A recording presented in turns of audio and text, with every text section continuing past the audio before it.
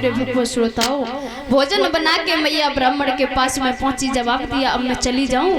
ब्राह्मण ने जवाब दिया पहले भगवान का भोग लगा, उसके बाद में जाएगी। ध्यान देना माताओं, जिसकी माँ जिस माँ के इकलौता बालक हो, उसका संसार में और बालक के सिवा कोई न हो, और वो भी बालक उसकी गोदी सुनी करके चले जाए, तो उस माँ को धैर्य बनाने वाला कोई नहीं होगा।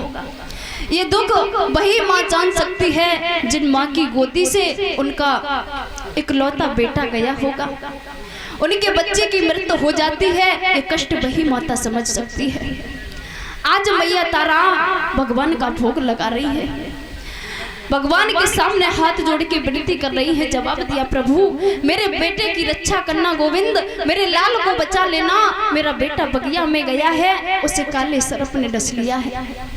आज मेरे भगवत श्रोताओं, मैया तारा वहां से चली। आज मैया पछाड़ खाती हुई गिरती उठती मैया तारा बगीचे में पहुंची।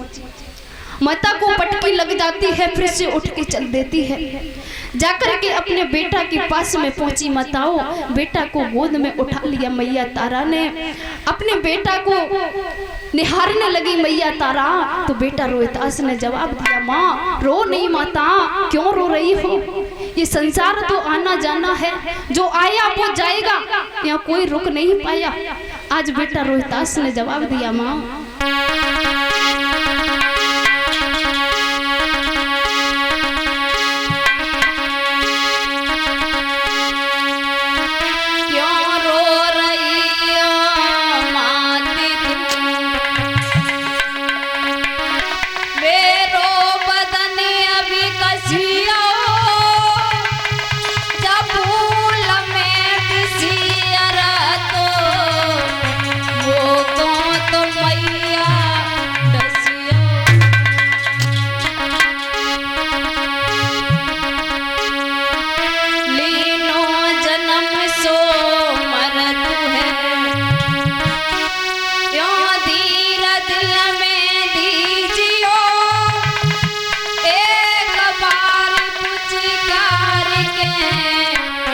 प्यार मैया।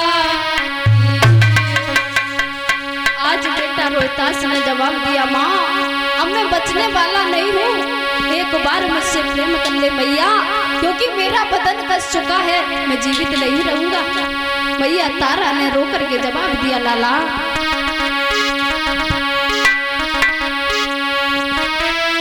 तेरे बिछुड़ने को वो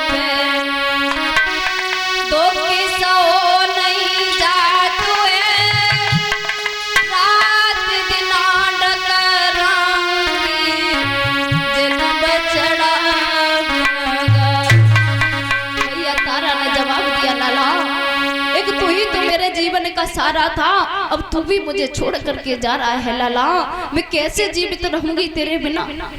तुझे नहीं पता रोहितास, सत्य के पीछे सारा राज्य छोड़ दिया, तेरे पिता ने सारा राज दान में दे दिया, और जाकर के एक नीच के घर, मैतर के घर तेरे पिता पानी भर रहे हैं, और आज तू भी मुझे छोड़ करके जा रहा है लाला। ये मैया कैसे जीवित रहेगी तेरे बिना?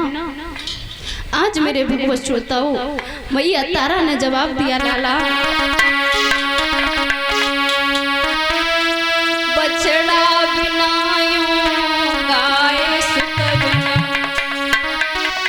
मातियों भी लिखाती है, पालो पलो सो बोझ से तो ताइंदो मेरो जात।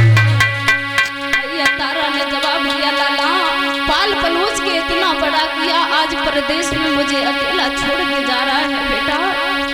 और बताया है दादा ये 4 दुख बहुत बड़े होते हैं, इन 4 दुखों से बड़ा कोई भी दुख नहीं है। ध्यान देना माताओं,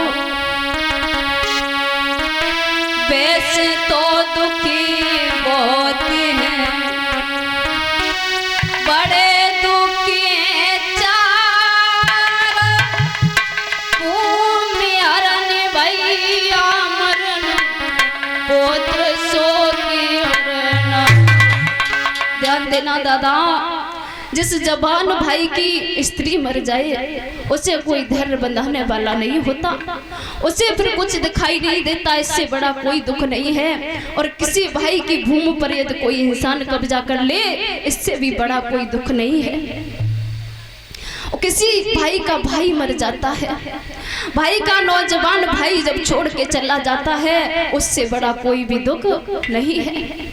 और जिस माँ का अकेला ही बेटा हो माताओं, वो भी बेटा उसकी गोद से चला जाए तो उस माँ को धैर्य बंधाने वाला कोई नहीं है। आज मैया तारा बगिया में रो रही है, जवाब दिया लाला मैं तेरे बिन कैसे रहूंगी रोहतास, तुझे नहीं पता मैं आकर के काशी में बिक गई, आज तू मुझे छोड़ के जा रहा है लाला, मैं तेरे बगैर जीवित नहीं रह पाऊंगी। जवाब दिया मैया तारा ने,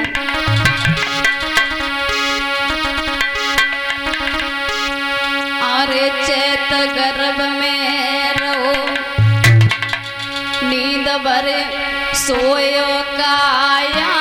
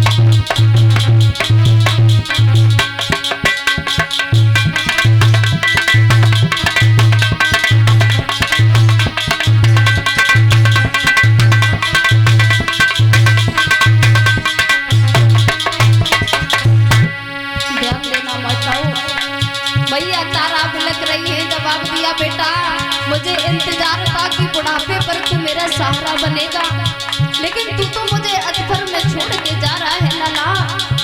अब मैं किसके सहारे जीवित रहूंगी?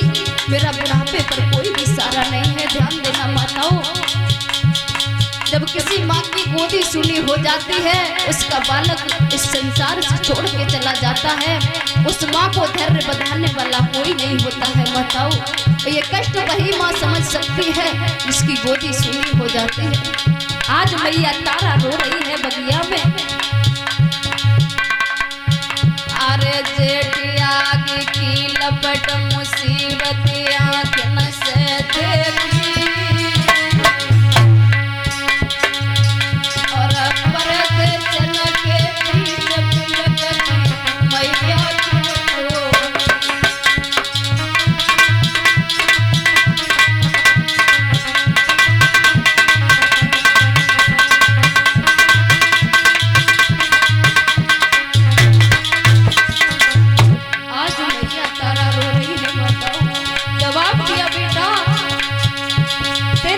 सारा राजदान में दे दिया, आकर के परदेश में आकर के बिक गई, लेकिन आज मुझे छोड़ करके जा रहा है लाला। और जवाब दिया मैया तारा ने,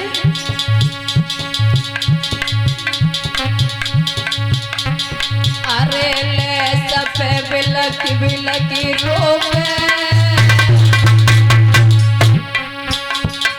अरे ले सफे बिलकी बिलकी रोवे,